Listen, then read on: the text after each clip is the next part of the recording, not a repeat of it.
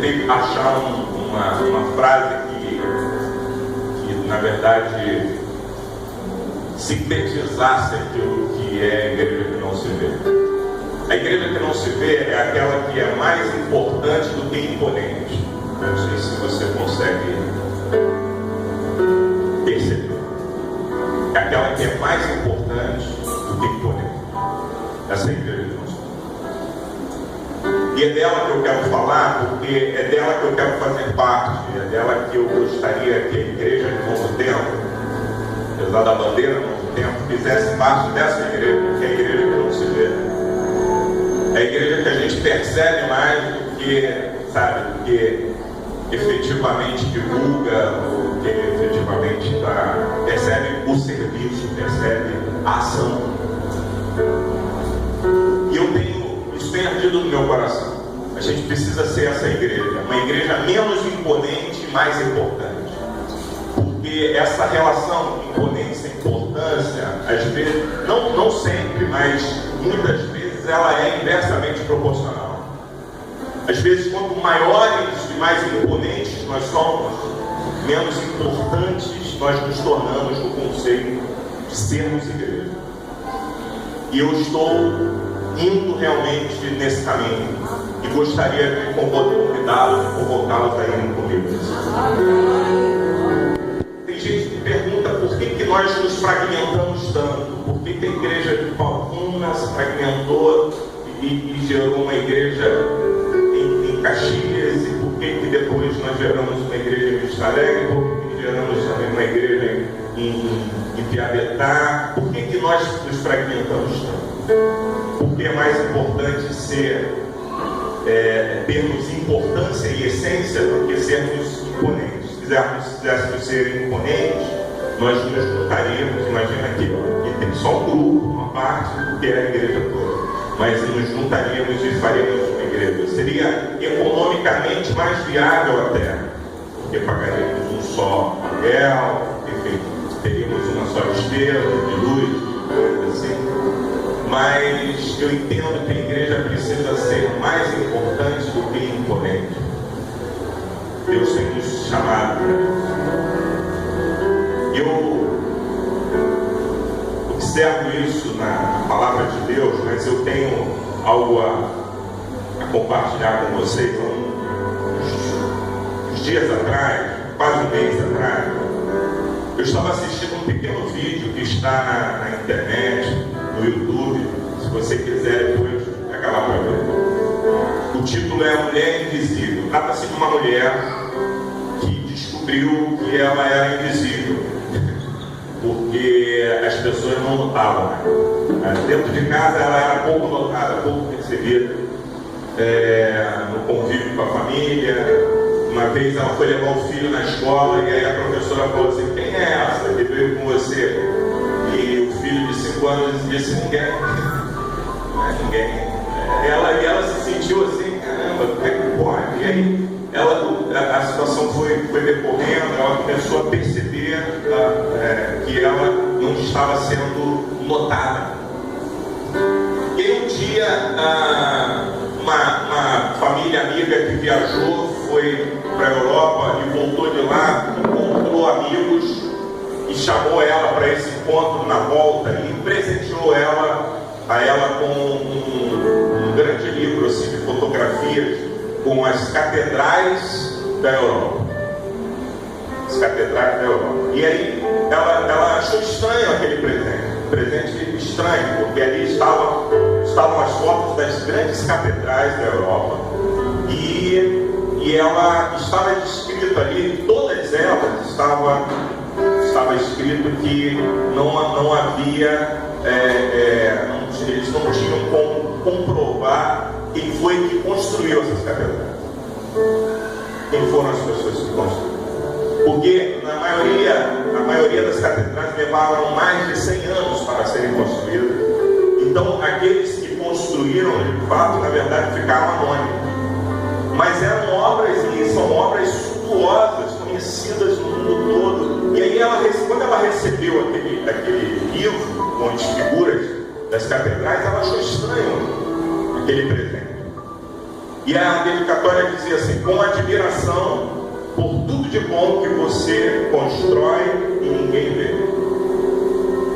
E ela começou a compreender um pouco esse papel de ser invisível, mas ser importante. Porque ela olhou para dentro da sua casa e viu que o seu filho estava limpo.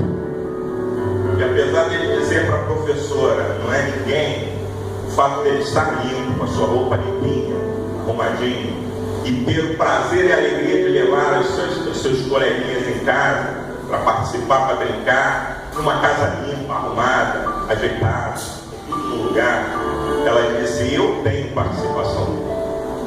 Quem na verdade fez isso fui eu. Fui eu que participei. E ninguém nota, e ninguém vê. Cada um de nós estamos vestidos, limpinhos, né? E só damos o devido valor a isso se um dia procurarmos a roupa que queremos e não a encontrarmos porque ela está suja, né? E aí às vezes a gente, mas quem é o responsável por isso? Porque a minha roupa não está limpa. Aí nós achamos, né, pastor? Aí nós encontramos. Mas a importância de ser, ela não está ligada àquilo que nos referencia o que somos. Muitas vezes ninguém dá importância que todos somos. Nesse livro de fotografias, tinha algumas histórias e existiam algumas considerações, entre elas a seguinte coisa: hoje, no nosso tempo, existe uma probabilidade muito pequena de alguém construir uma catedral, de se construir catedrais históricas como aquelas, né, que foram construídas na Europa. Por quê? Porque as pessoas não querem mais esse tipo de trabalho, esse tipo de serviço, de fazer sem ser percebido, de fazer sem ser notado. E leva-se muito tempo, gasta-se muito tempo, investe-se muito tempo, mas ninguém dá nenhuma, vamos dizer assim, não atribui a você ou a pessoa nenhum valor.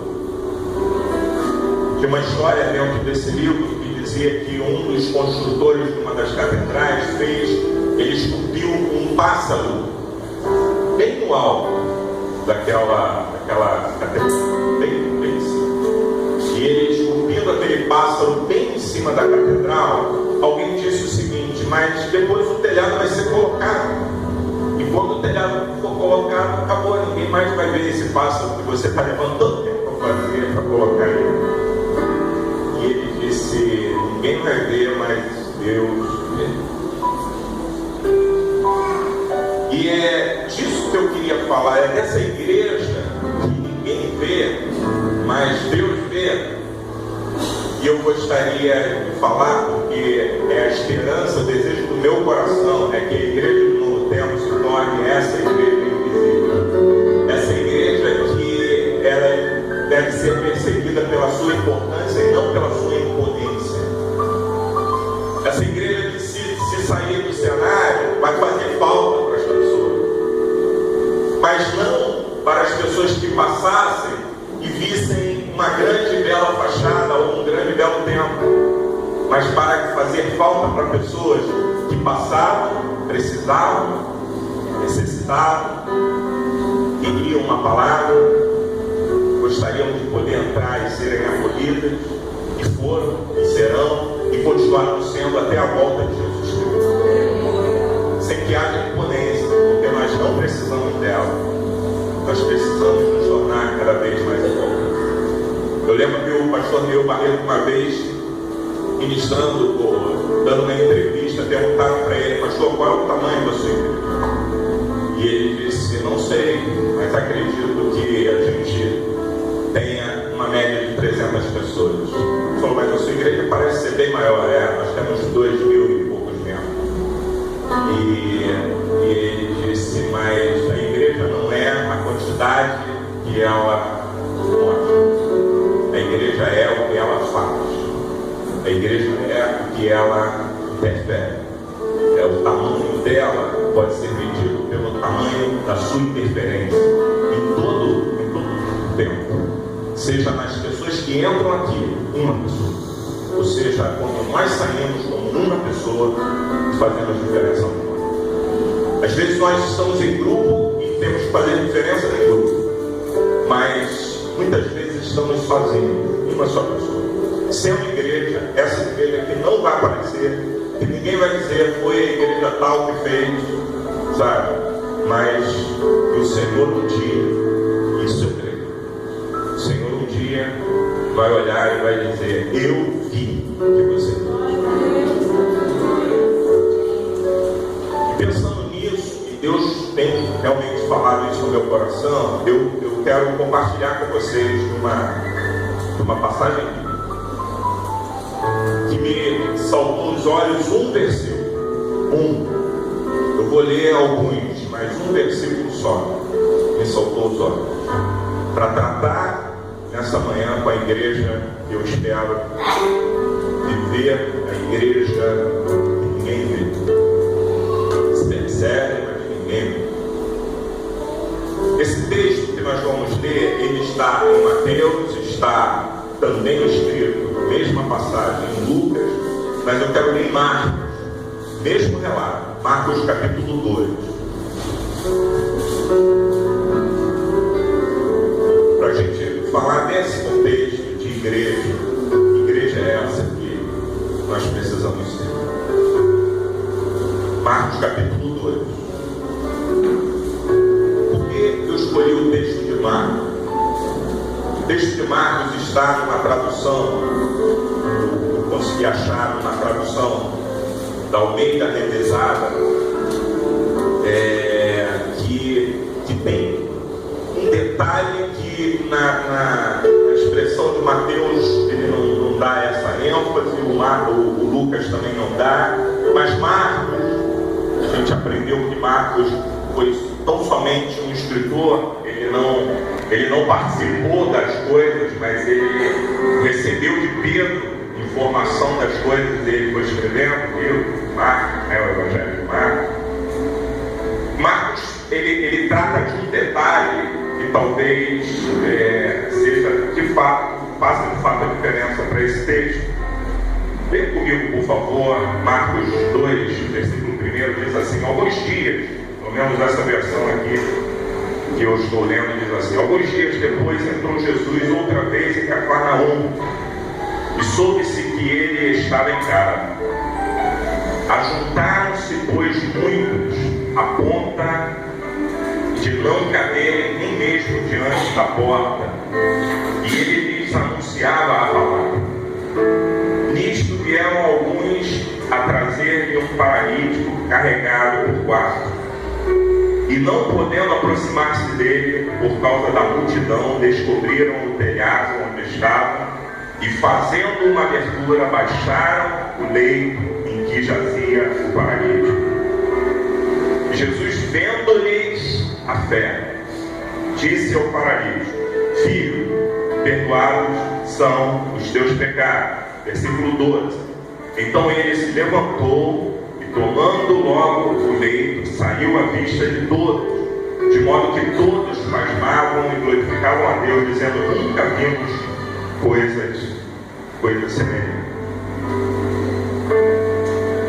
Eu estava meditando nesse texto. Por que eu escolhi essa expressão ou essa tradução de Marcos? Todos têm essa mesma tradução, exatamente igual. São poucos. Mas essa tradução aqui tem algo muito lindo, muito bom. Ela revela para a gente algo. E eu quero me ater e ficar no versículo 3. Porque o versículo 3, amados, ele fala de pessoas importantes demais que a Bíblia não cita o nome, não fala mais nada deles. Quem são essas pessoas? Eu também achava que era. E também são os quatro. Mas antes dos quatro, tem alguns. Você percebe nessa tradução? Aí eu vou ler novamente. Nisso vieram alguns a trazer-lhe um paralítico carregado por 4. Certo? Alguns, se fossem os 4 só carregando o paralítico, não estariam aí esse profundo. Concorda comigo? A Bíblia diria diferente, diria isso que era 4 carregando um paralítico. Mas a Bíblia fala, alguns trazendo-lhe um paralítico carregado por 4. Que mostra, mas, que muitas vezes a gente não percebe bem. Esses aqui, eles não são imponentes, eles são importantes. Eu não sei quanto a você, mas eu não quero ser imponente, eu quero ser importante. Deus tem nos chamado para sermos importantes. A Bíblia diz que alguns trouxeram-lhe, Jesus estava num lugar e alguns, houve um mover da igreja que não aparece, dos irmãos que ninguém fala deles, mas houve uma movimentação de alguns, não foi de um, não foram de 4, foram de alguns. Esses alguns fizeram toda a diferença para que houvesse o milagre de Jesus na vida de alguém. E era um só que precisava desse milagre nesse momento. Mas independente de um precisando do milagre, houve uma movimentação do todo. Isso é corpo. O corpo se move em detrimento da necessidade daquele que precisa de algo, precisa de um milagre. Isso é ser igreja que não aparece, mano. Não aparece, ela não é imponente, ela é importante. E sendo importante, o que aconteceu aqui foi o seguinte: tem alguém dentre nós, ou dos nossos, ou que tenha contato conosco, porque muitas vezes não são nem daqui. Nós temos feito um trabalho aí, na madrugada, à noite. O Fernando esteve com a gente, domingos, e algumas irmãs que aqui estão nos ajudaram a fazer esse trabalho. Nós encontramos na rua, na madrugada, às vezes, pessoas que estão preocupadas com quem enviou essa comida para nós. Nós tivemos uma pessoa que falou assim: vocês são de que igreja? E aí o Fernando: nós somos da igreja invisível. Não se preocupe com isso, Fernando dizia para ele. Não se preocupe com isso.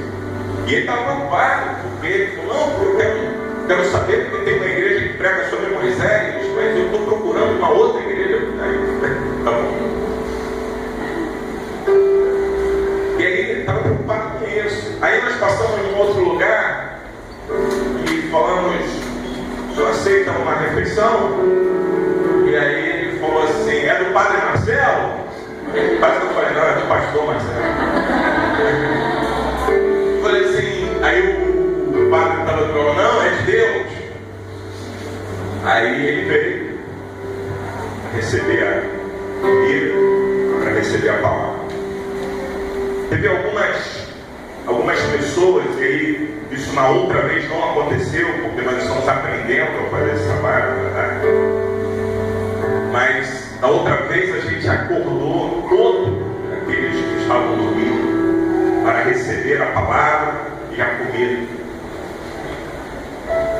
E dessa vez, assim, nada combinado, mas em alguns casos, as pessoas dormindo, nós simplesmente colocamos a comida ao lado, com o copinho do refresco, do guaraná, a comida, a talher e a mensagem. E a pessoa continua dormindo. Vai acordar, nem imagina quem colocou, mas está aqui, vai poder se alimentar. E muito provavelmente vai atribuir isso a Deus. E E aí nós alcançamos o nosso objetivo, porque João diz assim: convém que ele cresça e que ele diminua. Convém que haja importância no exercício do Evangelho, mas que ele cresça e que eu diminua. Que não haja imponência naquilo que eu gerei para me apresentar à humanidade, mas que haja importância naqueles que eu gerei para me apresentar à humanidade. E aí eu comecei a entender esse processo, e algumas pessoas nós simplesmente deixamos a comida no ar, prontinha, gostosinha. A gente comeu primeiro, saber se estava bom.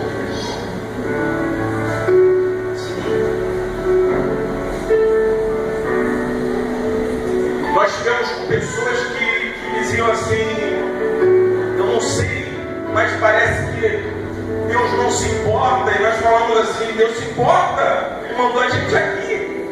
Ué, por que nós estamos aqui?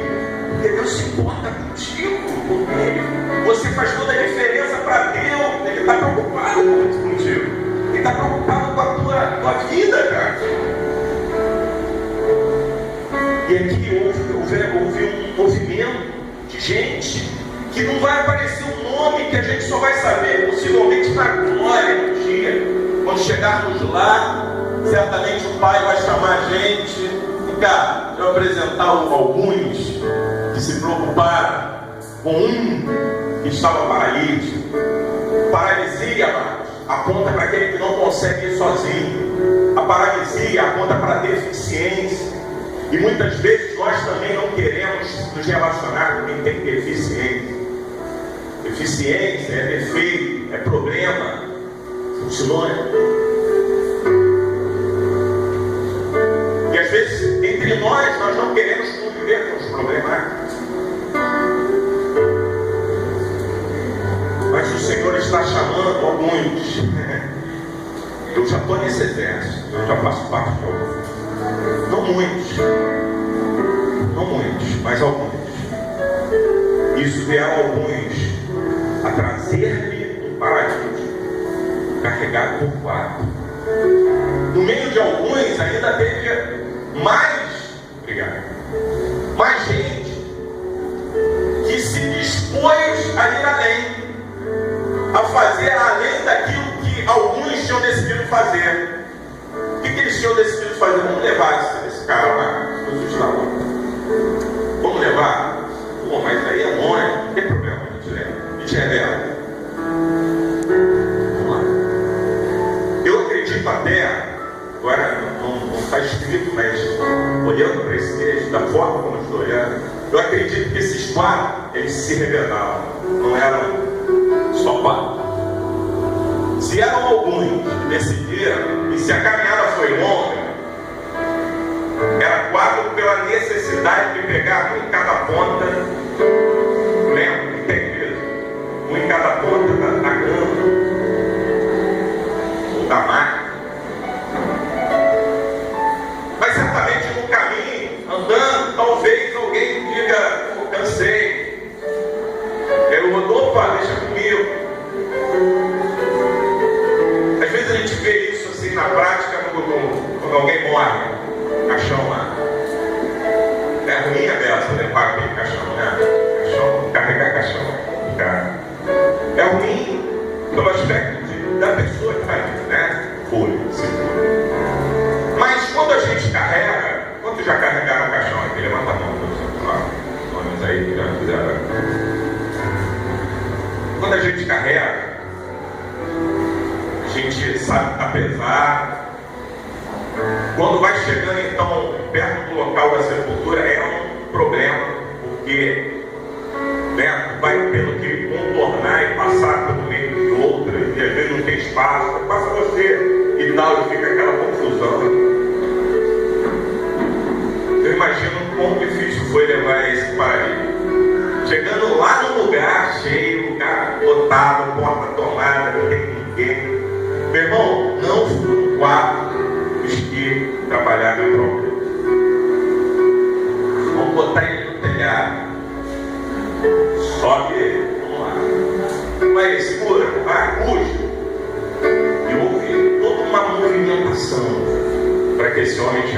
telhado. Telhado, destelhado, talvez lá não pudesse subir tanto, mas os que não subiram ficaram embaixo, torcendo para aquilo dar certo, verdade? Às vezes aqui não pode subir todo mundo, mas quem está embaixo tem que torcer para estar dando certo. Às vezes você não pode ir na madrugada na rua, mas estando em casa, torcendo e orando para que dê certo. A gente vai e volte com segurança. Assim acontece lá. Nossas esposas, elas trabalham o dia todo e a gente trabalha a noite toda. Elas trabalham o dia todo fazendo a comida e à noite a gente trabalha entregando. E é isso. Nem sempre todos vão subir no telhado, nem sempre todos vão fazer a mesma coisa, mas há sempre algo a ser feito. E esse algo a ser feito é feito por alguns que ninguém conhece, que ninguém sabe. Eu não sei quantas pessoas estiveram aqui mais cedo para preparar o que prepararam para a gente aqui, esse café. Eu não sei quantas pessoas não só estiveram aqui mais cedo, mas que ontem estiveram envolvidas de uma forma ou de outra para que hoje as coisas acontecessem e tudo só por um prazer de servir. Nós não prometemos dar dinheiro para ninguém aqui, mano. Nós não prometemos nada. E eu vi o Fernando, por exemplo, que estava comigo na madrugada, eu vi nele a preocupação, porque passou a noite lá, mas que no dia seguinte ia ter que estar trabalhando para que esse dia aqui também acontecesse. Deus está levantando uma igreja importante.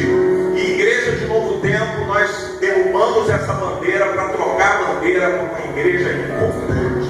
Nós somos importantes para Deus e para o reino e queremos fazer a diferença. Essa diferença faz quando estamos sozinhos, essa diferença faz quando estamos no coletivo. João, falando de si, ele disse: eu sou amigo do noivo. E aí uma vez eu parei para pensar nisso, mas se ele é amigo do noivo, então ele não é noiva. Ele é noiva quando coletivo. Quando ele está na reunião dos santos, ele é noiva. Coletivo, ele é noiva. Mas ele é amigo do noivo e trabalha como amigo do noivo, que é aquele que traz mais um, e trabalha por um, e trabalha por outro, no contexto de noivo. Ele é amigo, ele se destaca como amigo, assim como Eliezer foi amigo do noivo. Eliezer era amigo de Isaac. Ele servia seu pai, chamado Abraão. Um dia Abraão falou assim: olha, chegou uma hora importante, eu preciso de alguém para trazer a noiva. Eliezer fez o papel de amigo do noivo. Foi lá buscar a noiva, trouxe a noiva, não se apaixonou por ela, não flertou com ela, respeitou a noiva e trouxe a noiva para o seu filho, no caso, o seu amigo, filho de Abraão, amigo de Eliezer, chamado Isaac. Aqui a noiva. A noiva não é minha, a noiva é do Senhor. Eu faço o papel de amigo do noivo, só isso, sou amigo. E no contexto geral, eu sou a noiva, faço parte da noiva do Senhor. Mas eu quero ser exatamente e andar exatamente assim. E para terminar, eu fiz pequenas anotações sobre pessoas anônimas. Quem foi a menina escrava que anunciou a cura para Naamã? Ninguém sabe. Mas ela foi muito importante. Quem foi a mulher que colocou aquelas moedinhas lá no capão do lado e Jesus olhou e falou: opa, essa aqui é eu? A gente não sabe. E até quando se sabe quem, como foi o caso de Eliseu, Naamã chegou, Geneal funeral. Eliseu estava em casa, continuou não aparecendo. A Bíblia revela o nome do cara, mas o cara continuou em casa e falou assim: diz para ele fazer isso e isso. Um dia ele falou: ó, vou resolver o teu problema, né? Vem cá, vou resolver o teu problema. Te levar para tomar um banho num lugar, pegar um mergulho. Eu acho que o entrave que se instaurou nessa questão aqui de Naamã se deveu muito a esse posicionamento de Eliseu. Não tinha alguém para explicar a ele legitimamente. Não tem explicação. Vai lá e mergulha. Mas mandar ir mergulhar não aparece. Não vai ter valor, não vai ter nada em troca, não vai ter dinheiro, não vai ter recompensa, não vai ter nada.